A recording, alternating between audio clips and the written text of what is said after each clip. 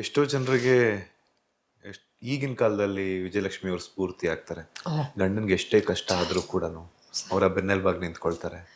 ನಾನು ಏನಕ್ಕೆ ಆಗ್ಲೇ ಕೇಳಿದೆ ಅಂತಂದ್ರೆ ಗಂಡ ಆಗಿರ್ಬೋದು ಅವರ ಸರ್ ಗೌರವ ಅದೇ ಸರ್ ಅವ್ರಿಗೆ ಇವತ್ತು ಅವ್ರು ಮಾಡ್ತಿರೋ ಪೂಜೆ ಪುನಸ್ಕಾರ ಅದಕ್ಕೆ ಹೇಳೋದು ಸರ್.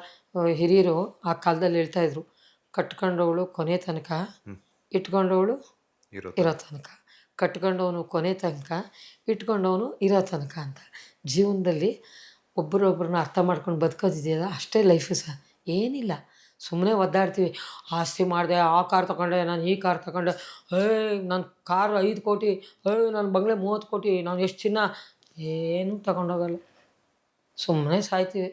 ಏನಂದರೆ ಸಮಾಜದಲ್ಲಿ ಬದುಕಬೇಕಲ್ಲ ಗೌರವವಾಗಿ, ಹೈಫೈ ಜೀವನ ಮಾಡಬೇಕು, ಸೆಲೆಬ್ರಿಟಿಗಳಾಗಿ ಬದುಕಬೇಕು ಅಂತಾರೆ. ಸಾವಿರಾರು ಕೋಟಿ ಇಟ್ಟಿರ್ತಾರೆ, ಅವನೇ ಹೊಂಟೋಗಿರ್ತಾನೆ. ಅವ್ನಿಗೆ ಅನ್ನ ತಿನ್ನೋ ಯೋಗನೇ ಇರಲ್ಲ, ಶುಗರು ಬಿ ಪಿ ಬಂದಿರುತ್ತೆ. ಏನು ತೊಗೊಂಡೋಗ್ತಾರೆ? ಏನೂ ಇಲ್ಲ ಸರ್. ನಾವೇನು ಸಮಾಜಕ್ಕೆ ಕೊಡುಗೆ ಕೊಡ್ತೀವೋ, ಸಮಾಜದಲ್ಲಿ ನಾವೇನು ಒಳ್ಳೆ ಕೆಲಸ ಮಾಡ್ತೀವೋ ಅಷ್ಟೇ ಜೀವನ.